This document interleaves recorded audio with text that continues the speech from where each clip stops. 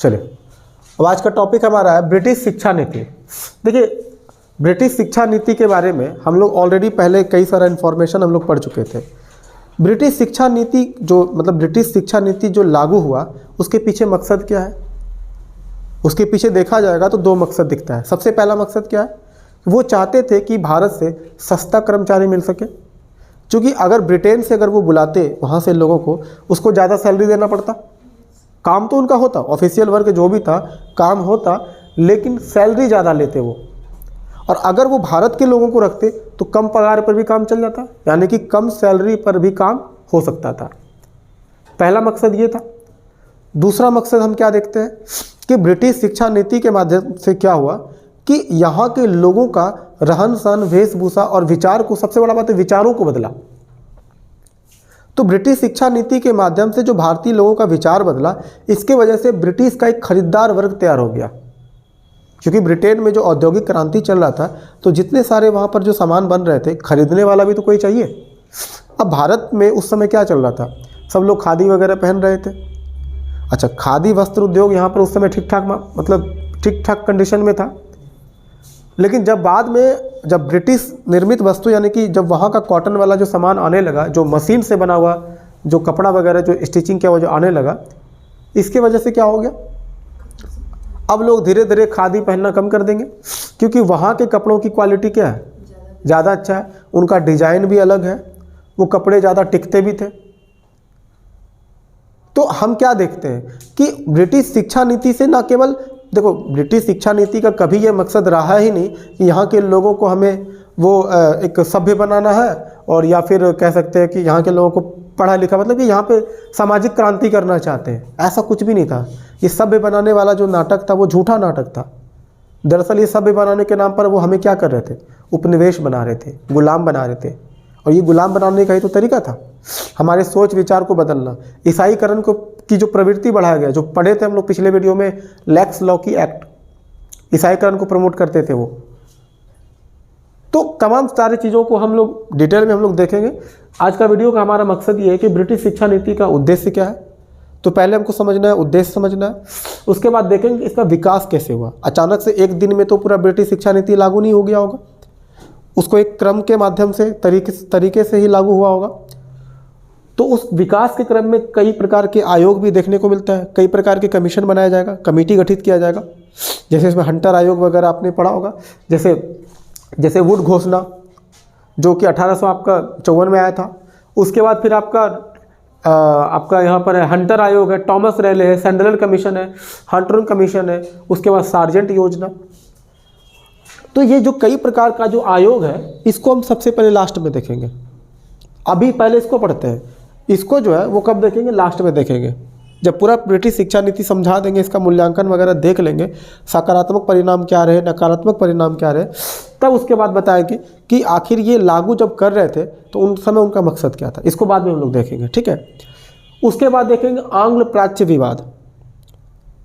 आंग्ल प्राच्य विवाद ये था कि आखिर जो ब्रिटिश शिक्षा, देखो, ब्रिटिश शिक्षा तो देना है, लेकिन शिक्षा को देने का हमारे पास भाषा क्या होना चाहिए, लैंग्वेज क्या होना चाहिए, उसके बाद कंटेंट क्या होना चाहिए, इस पर भी मतलब बहस हुआ था, वो भी देखेंगे हम लोग। उसके बाद देखते हैं कि ब्रिटिश शिक्षा नीति का मूल्यांकन पढ़ेंगे कि फाइनली ब्रिटिश शिक्षा नीति से सकारात्मक परिणाम क्या पड़ा भारतीयों पर और नकारात्मक परिणाम क्या पड़ा। सकारात्मक तो देख ही रहे कि ब्रिटिश शिक्षा नीति के माध्यम से भारत में एक पढ़े लिखे लोगों का एक वर्ग तैयार हो गया, और वही वर्ग आगे चल के क्या बनेगा? हाँ, वही वर्ग जो मध्य वर्ग जिसको कहते हैं, जो पढ़ा लिखा वर्ग था, वो आगे चल के वही अंग्रेजों के खिलाफ खड़ा होगा, अंग्रेजों की ब्रिटिश औपनिवेशिक नीतियों को उजागर करेगा। वो लेख के माध्यम से, पत्रिका के माध्यम से लोगों को ये बात समझाने में कामयाब रहेगा कि ये जो ब्रिटेन के लोग हैं वो दरअसल हमें सभ्य नहीं बना रहे, दरअसल हमारा आर्थिक, सामाजिक, राजनीतिक शोषण कर रहा है वो, और या सांस्कृतिक, अलग अलग तरीके से शोषण हो रहा है। इस शोषण स्वरूप का मतलब कि शोषण का जो स्वरूप है जो अंग्रेजों का था, इसको सही तरीके से कौन मतलब कि दिखाया? दादा भाई नौरोजी भी थे, उसमें एक नाम है, और भी कई सारे लोग हैं, सुब्रमण्यम में बहुत सारे नाम हैं, पढ़ेंगे उनके बारे में डिटेलिंग से। तो कहने का मतलब क्या है कि ब्रिटिश शिक्षा नीति के सकारात्मक परिणाम भी हुआ कि चलो कम से कम यहाँ पे लोगों का पढ़ाई लिखाई का स्तर थोड़ा बढ़ा, थोड़ा साइंस वाइंस का नॉलेज भी बढ़ा। अब हमारे पास विविधता बढ़ा, विज्ञान की पढ़ाई बेहतर हुआ, क्योंकि विज्ञान की पढ़ाई के मामले में जो पश्चिमी देश के लोग जो थे, विविधता मतलब होता है डाइवर्सिटी। डाइवर्सिटी मतलब ओबियसली वो इंग्लिश वर्ड है, मतलब थोड़ी हुआ। विविधता मतलब होता है कि कई प्रकार का चीज़ एक साथ आपको देखने को मिल रहा है। जैसे भारत में अलग अलग भाषा वाले लोग यहाँ रहते हैं, कई प्रकार की बोली है, कई प्रकार की भाषा है, कई प्रकार की जातियों के लोग यहाँ एक रहते हैं। तो विविधता का मतलब होता है कि अलग अलग चीज़ें। जैसे क्लास में आप लोगों का सबका ड्रेस अलग अलग है, ये भी क्या है? विविधता है, डाइवर्सिटी कहते हैं इसको। और जब एक शब्द सुनते होंगे विविधता में एकता, विविधता है, डाइवर्सिटी है, लेकिन फिर भी सब लोग एक साथ रहते हैं। जैसे भारत के बारे में यही बोला जाता है कि भारत में अलग अलग धर्म के लोग, अलग अलग जाति के लोग रहते हैं और एक साथ रहते हैं। जो एक साथ रहने वाली जो बात है ना, इसी को क्या कहते हैं? विविधता में एकता। समझ में आ रहा? और नकारात्मक परिणाम तो बहुत सारा है कि कुल मिला के हमें मानसिक गुलाम बनाया गया, लोगों का सोच बदला, तो रहन सहन बदला, खान पान का तरीका बदला। अब ब्रिटिश निर्मित वस्तु अगर आप खरीदेंगे तो यहाँ के हस्तशिल्प उद्योगों का पतन होगा कि नहीं होगा? अब देखिए, ब्रिटिश शिक्षा नीति का जो उद्देश्य था वो क्या था? ब्रिटिश प्रशासनिक आवश्यकता की पूर्ति। ब्रिटिश को क्या चाहिए था? प्रशासन को चलाने के लिए लोगों की ज़रूरत पड़ती है, अकेले तो कोई भी व्यक्ति प्रशासन चला पाएगा। तो ब्रिटिश जो यहाँ पर हम लोगों पर कंट्रोल करना चाहता था, यहाँ पर जो प्रशासन चलाना चाहते थे, उसके लिए कई सारे लोगों की ज़रूरत थी। ब्रिटेन से बुलाता तो काफ़ी महंगा पड़ता, तो क्या किया? यहीं के लोगों को ट्रेंड किया। तो ब्रिटिश प्रशासनिक आवश्यकता की पूर्ति के लिए एक भारतीय वर्ग तैयार करना, एक भारतीय वर्ग मतलब जो भारत का लोग होगा, भारत में कुछ लोगों का एक वर्ग तैयार करना जो कैसा होगा? शिक्षित वर्ग होगा। और उसी को मध्य वर्ग भी कहते हैं। मध्य वर्ग का मतलब क्या होता है? जो ना अमीर हो ना ही गरीब हो, तो बीच का जो सिस्टम है मध्य वर्ग ना, बड़ा इंटरेस्टिंग। मिडिल क्लास के जो लोग होते हैं उनका कहानी बड़ा अलग होता है।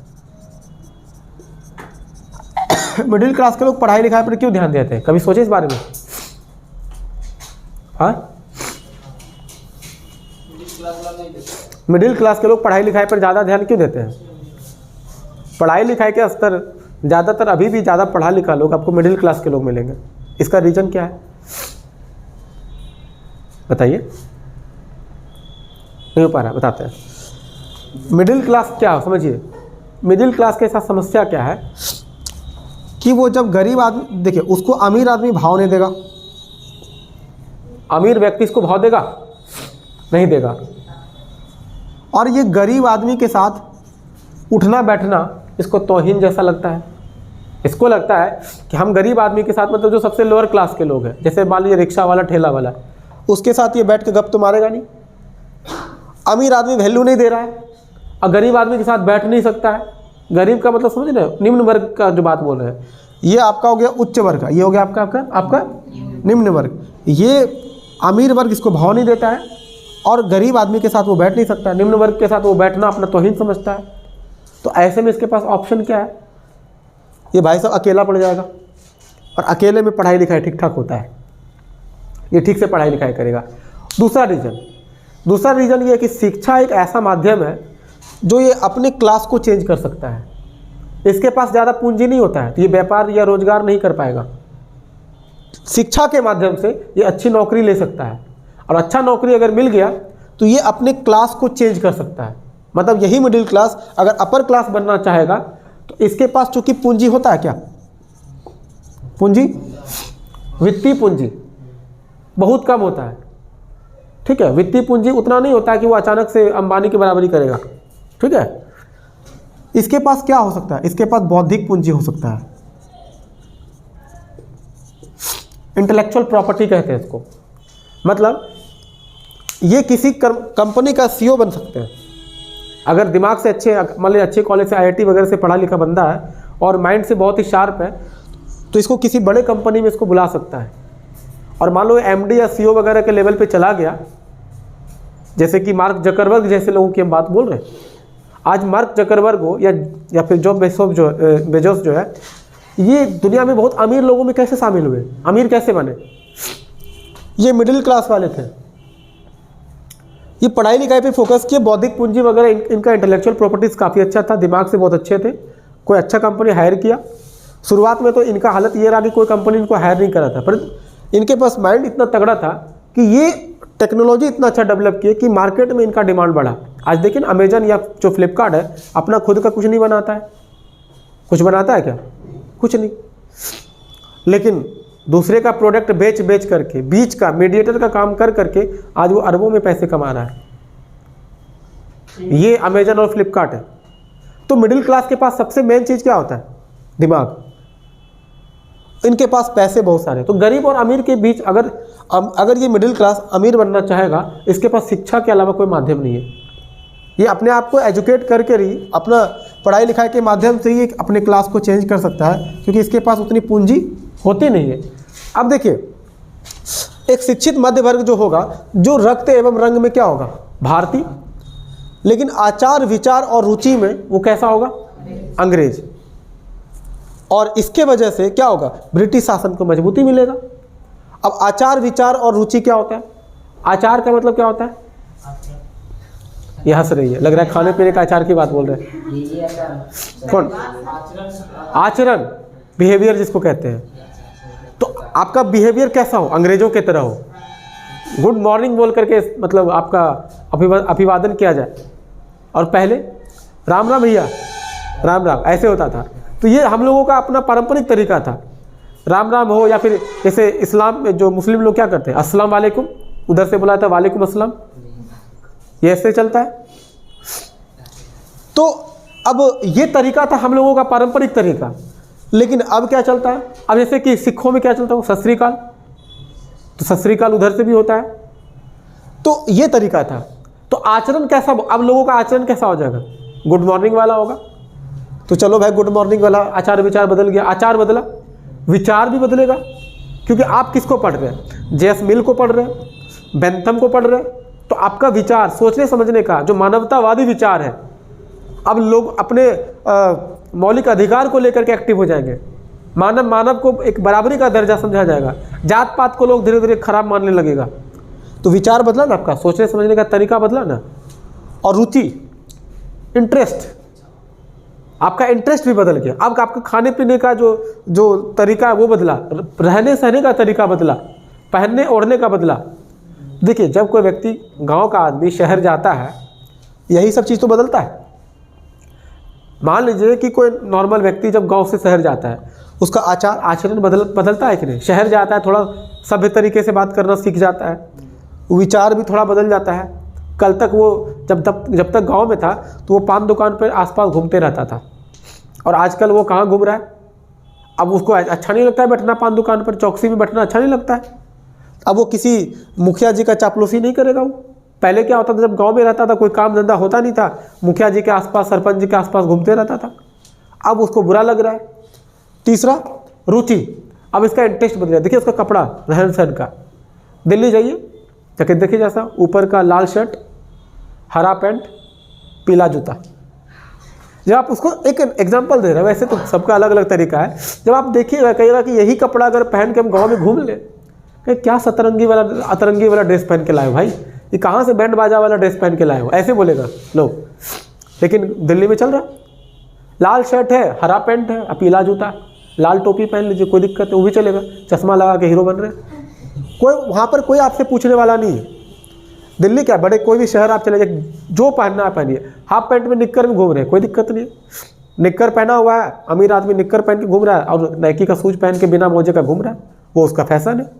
तब भी उसको ये कोई नहीं कहेगा भाई गरीब आदमी है, फुल पैंट का पैसे नहीं है उसके पास, निक्कर में घूम रहा है, ठीक है। तो वो उसका फैशन है। तो वो चाहता क्या था? तो रक्त एवं रंग में क्या हो? आपका रक्त भारतीय वाला है, मतलब कि ब्लड, मतलब आपका खून से आप भारतीय हो, और चेहरे से भी क्या हो? भारतीय। ऐसा थोड़ी कि ब्रिटिश शिक्षा नीति देगा अचानक से काला आदमी गोरा हो जाएगा, ऐसा थोड़ी होगा। तो आपका जो सब चीज़ देख रहे हैं, रंग रूप सब भारतीय वाला है, लेकिन खोपड़ी से अंग्रेज। वही तो उसको चाहिए था, ताकि ब्रिटिश शासन को मजबूती दे सके। अब देखिए, अब यही मध्य वर्ग जो होगा वो ब्रिटिश वस्तुओं का खरीदार वर्ग होगा कि नहीं होगा, जो ब्रिटिश वस्तुओं को खरीदेगा भी। तो उसका दोनों काम हो गया कि प्रशासन के लिए सस्ता क्लर्क चाहिए वो भी मिल गया और खरीदार वर्ग भी मिल गया, दोनों हाथ में लड्डू। और ये जो कह रहा था कि हम ब्रिटिश शिक्षा के माध्यम से हम क्या करना चाहते हैं, हम भारतीयों को सभ्य बनाना चाहते हैं, और ये बात साबित करना चाहते थे इस माध्यम से कि हम वास्तव में, तो क्या होता है ना, कभी कभी अपने आप को अच्छा साबित करने के लिए आप कुछ काम करना चाहते हैं कि देखो भाई हमारा नियत बहुत साफ था, इसलिए आप लोगों को हम पढ़ा लिखा रहे, देखो आपके लिए हम कॉलेज खोल रहे हैं, और कॉलेज वो सच में खोलते भी हैं।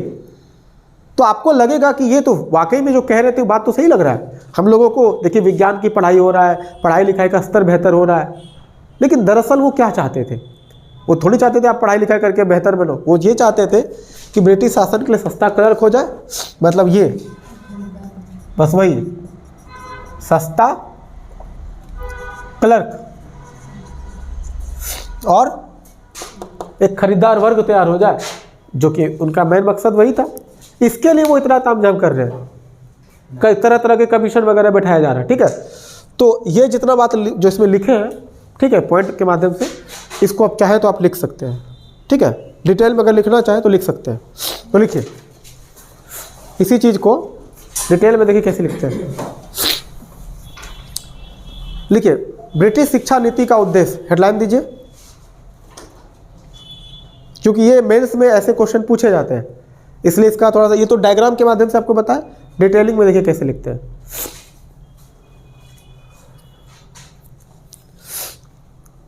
देखिए ब्रिटिश प्रशासनिक आवश्यकताओं की पूर्ति के लिए, इसी चीज को हम लैंग्वेज में बता रहे हैं कैसे लिखना है। ब्रिटिश प्रशासनिक आवश्यकताओं की पूर्ति के लिए, ब्रिटिश प्रशासनिक आवश्यकताओं की पूर्ति के लिए एक भारतीय वर्ग तैयार करना, एक भारतीय वर्ग तैयार करना, एक भारतीय वर्ग तैयार करना जो कम वेतन में, एक भारतीय वर्ग तैयार करना जो कम वेतन में, जो कम वेतन में कार्य कर सके, जो कम वेतन में कार्य कर सके, कार्य कर सके, वस्तुतः कार्य कर सके,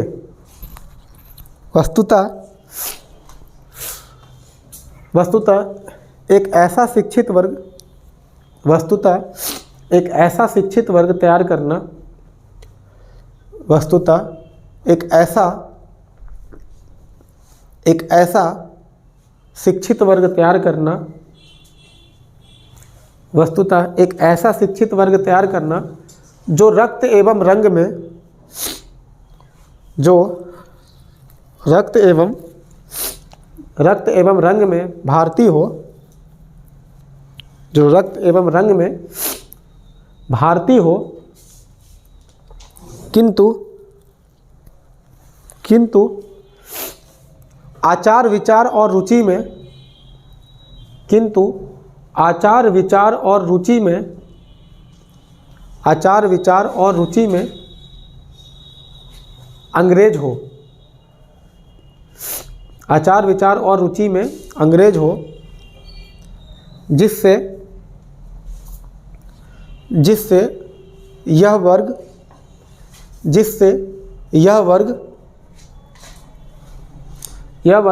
भारत में, जिससे यह वर्ग भारत में ब्रिटिश शासन का, भारत में ब्रिटिश शासन का सामाजिक आधार तैयार कर सके, ब्रिटिश शासन का सामाजिक आधार तैयार कर सके, और शासन को मजबूती, और शासन को मजबूती प्रदान कर सके, और शासन को मजबूती प्रदान कर सके,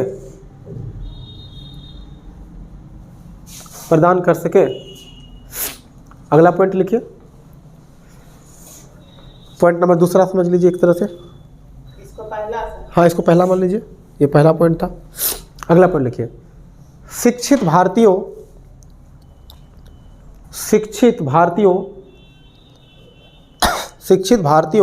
अर्थात एक भारतीय मध्य वर्ग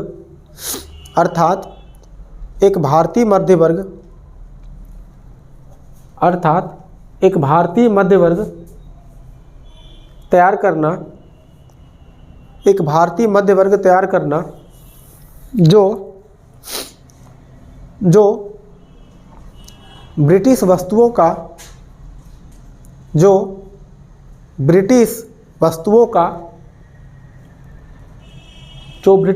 का खरीदार बन सके, जो ब्रिटिश वस्तुओं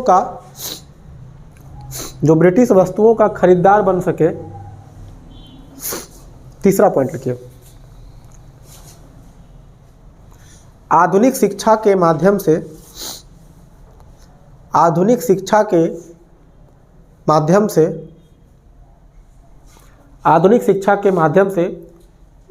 ब्रिटिश भारतीयों को सभ्य बनाने वाले सिद्धांत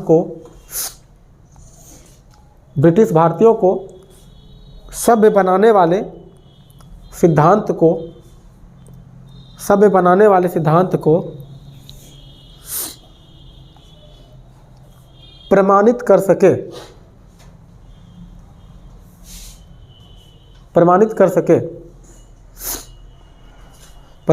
सके।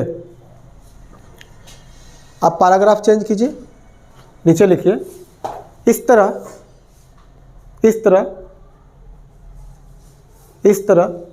ब्रिटिश शिक्षा नीति का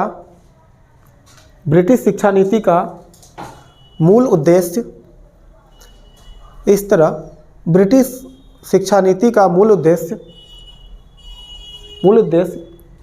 तो ब्रिटिश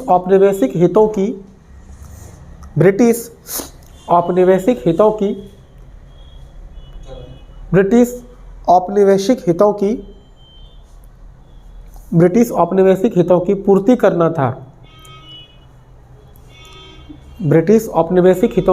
करना था, कॉमा भारत का आर्थिक सामाजिक विकास करना नहीं। भारत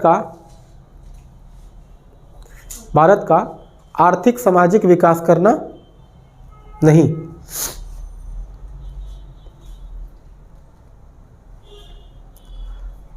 अब मान लीजिए कि क्वेश्चन आपको दे देंगे मेंस में लिखने के लिए, 5 नंबर का रहेगा क्वेश्चन, ये छोटा क्वेश्चन है, 100 वर्ड में आ जाएगा। ये पूछ देंगे ब्रिटिश शिक्षा नीति का उद्देश्य क्या था, पूछा जा सकता है ना ऐसे क्वेश्चन, खूब सारे क्वेश्चन ऐसे बनते हैं, तो उसका आंसर यही होगा।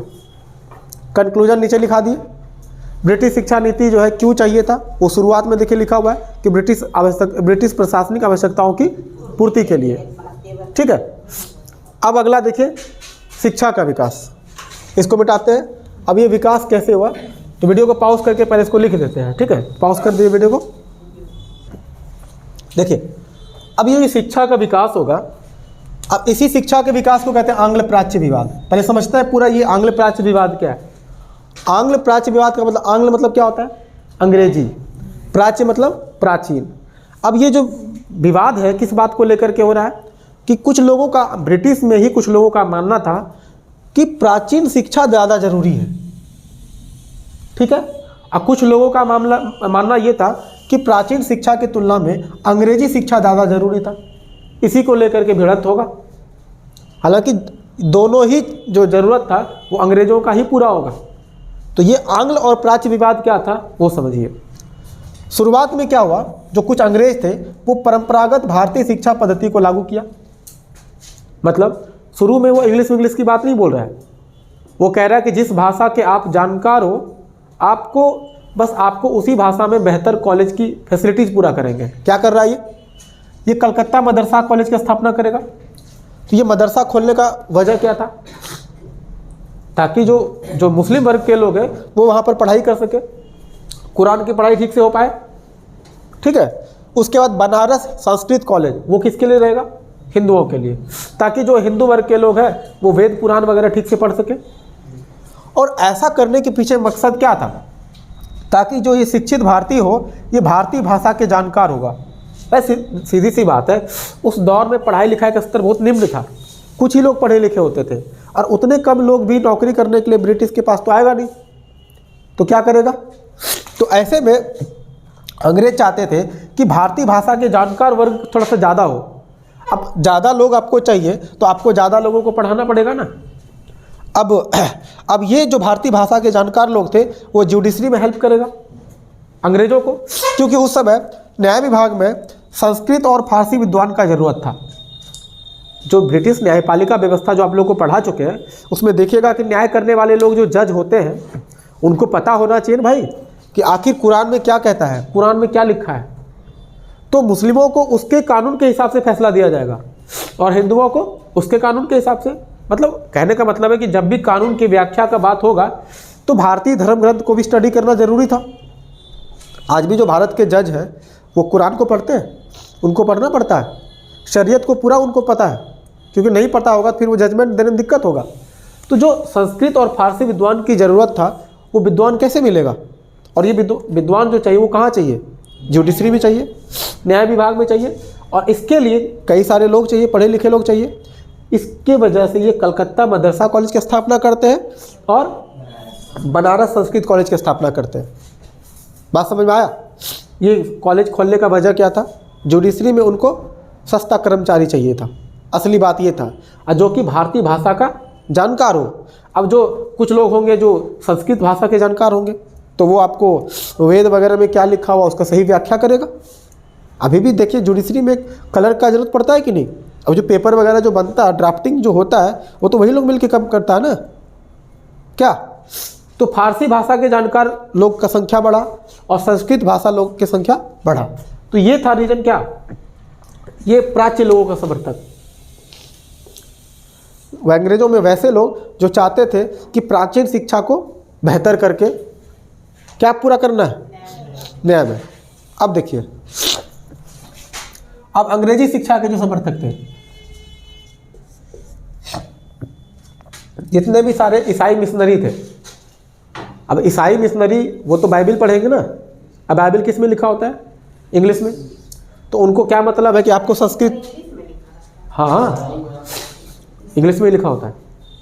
मतलब अभी तो मार्केट में जाइएगा तो हिंदी में भी मिल जाएगा आपको, ठीक है। तो ईसाई मिशनरी उनको इंग्लिश पता है भाई। भारतीय बुद्धिजीवी अभी ठीक से पढ़ाई लिखाई किया है तो वो किसकी बातें करेगा? अंग्रेजी, वो भी अंग्रेजी शिक्षा की वकालत करेगा।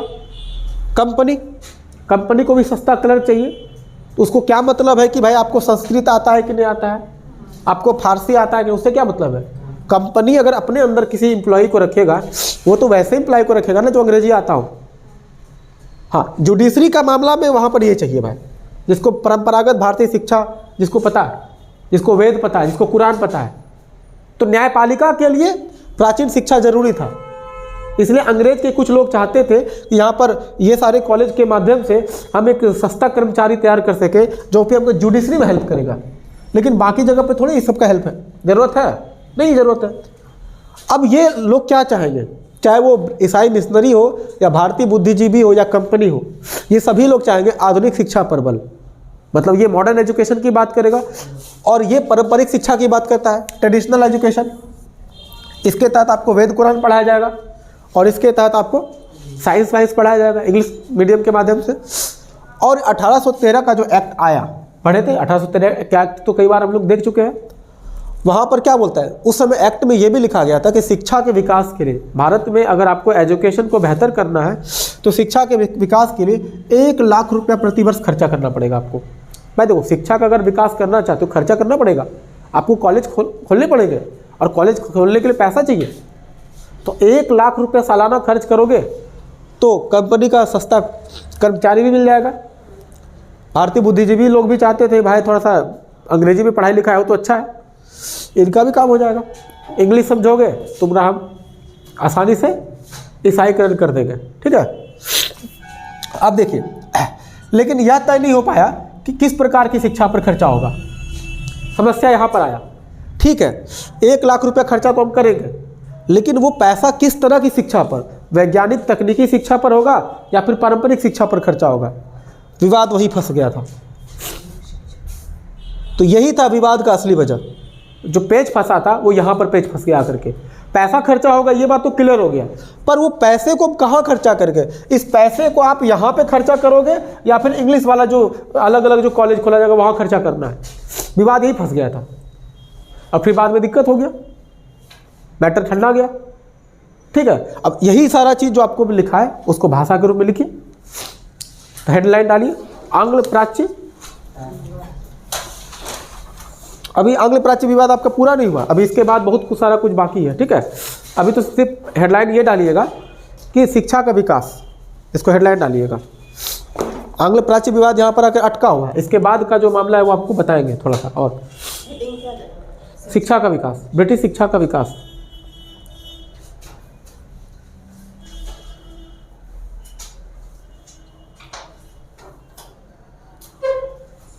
देखिए, आरंभ में कंपनी के आरंभ में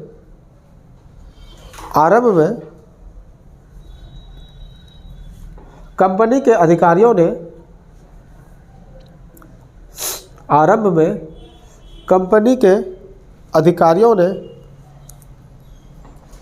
कंपनी के अधिकारियों ने अपनी आवश्यकता के अनुसार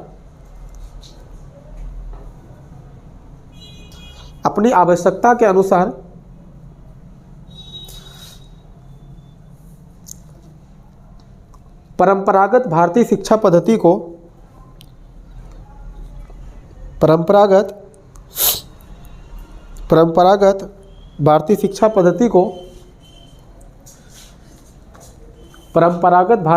पद्धति को लागू किया।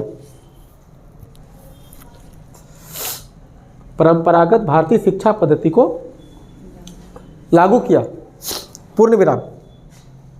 इसी क्रम में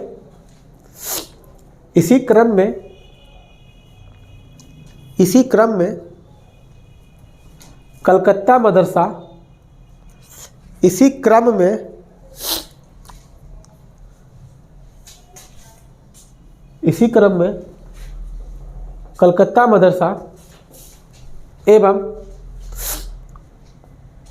मदरसा एवं बनारस संस्कृत कॉलेज की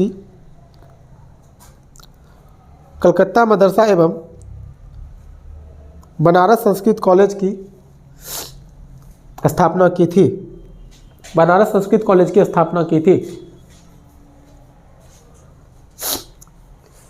पूर्ण विराम। इसका निर्माण इसलिए किया गया कि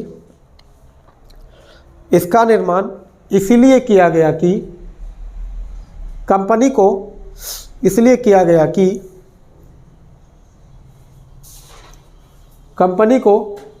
शिक्षित भारतीय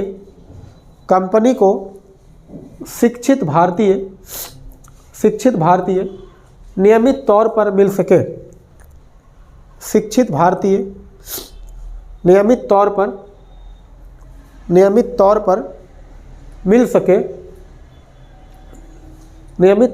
सके। जो भारतीय भाषा के जानकार हो,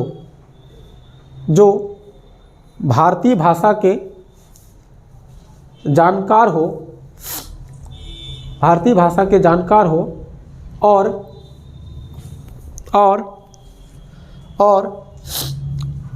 कंपनी के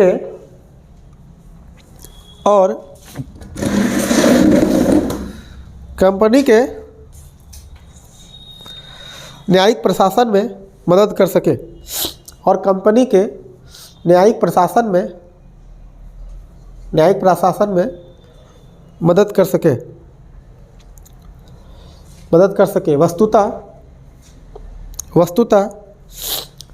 न्याय विभाग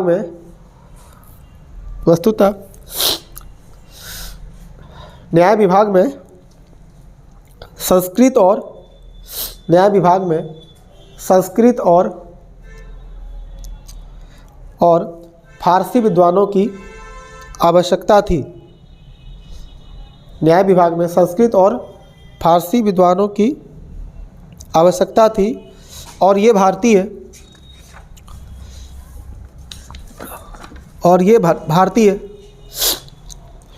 ब्रिटिश न्यायाधीशों के सर, संस्कृत में फारसी विद्वानों की आवश्यकता थी और ये भारतीय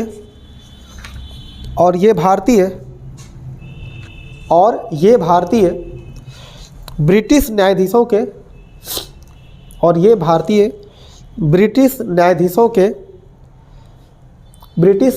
के सलाहकार के रूप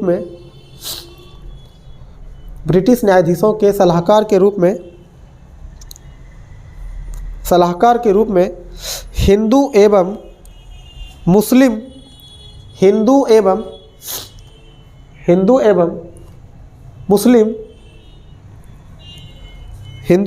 कानूनों की व्याख्या कर सके।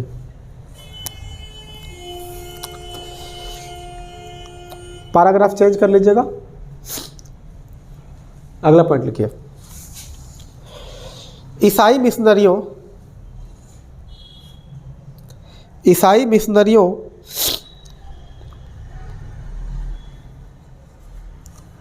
और भारतीय बुद्धिजीवियों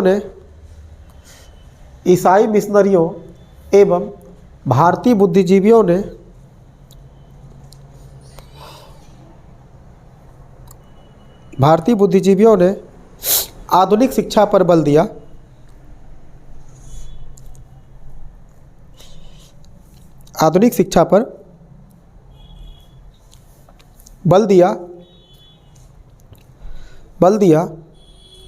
तो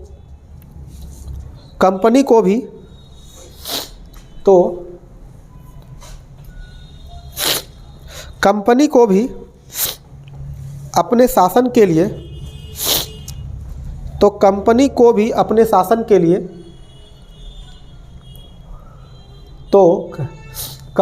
भी अपने शासन के लिए आधुनिक शिक्षा देने की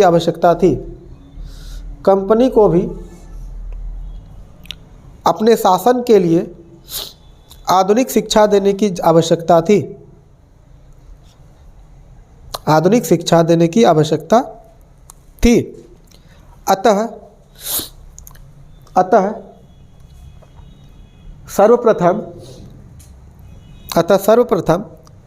1813 के अधिनियम के तहत 1813 के अधिनियम के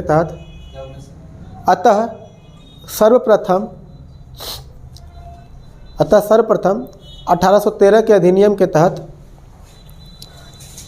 शिक्षा के विकास के लिए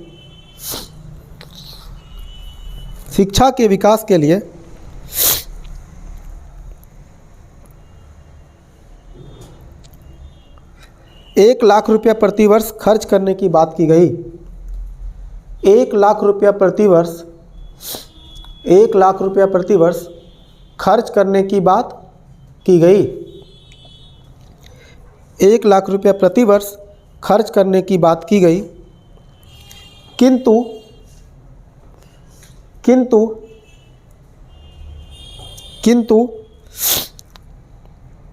यह तय नहीं हो पाया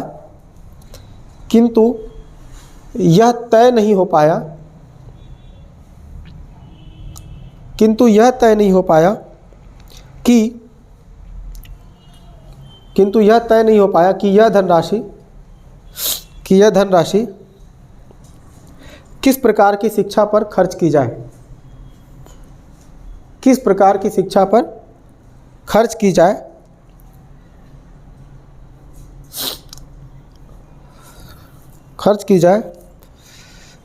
पूर्ण विराम। इसी क्रम में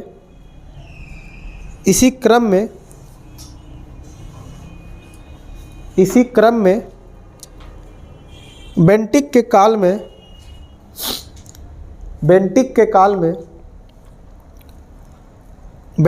काल में आंग्ल प्राच्य विवाद हुआ। बेंटिक के काल में आंग्ल प्राच्य विवाद हुआ। अब इसके बाद जो आंग्ल प्राच्य विवाद है, ये तो स्टार्टिंग है, यहाँ से तो प्रॉब्लम शुरू हो गया। इसके बाद जो आंग्ल प्राच्य विवाद पढ़ेंगे, हाँ प्राच्य विवाद हुआ। अब इसको मिटाते हैं, मिटाने के बाद फिर देखते हैं इसका अगला। ठीक है, तो पहले पॉज कर लीजिए।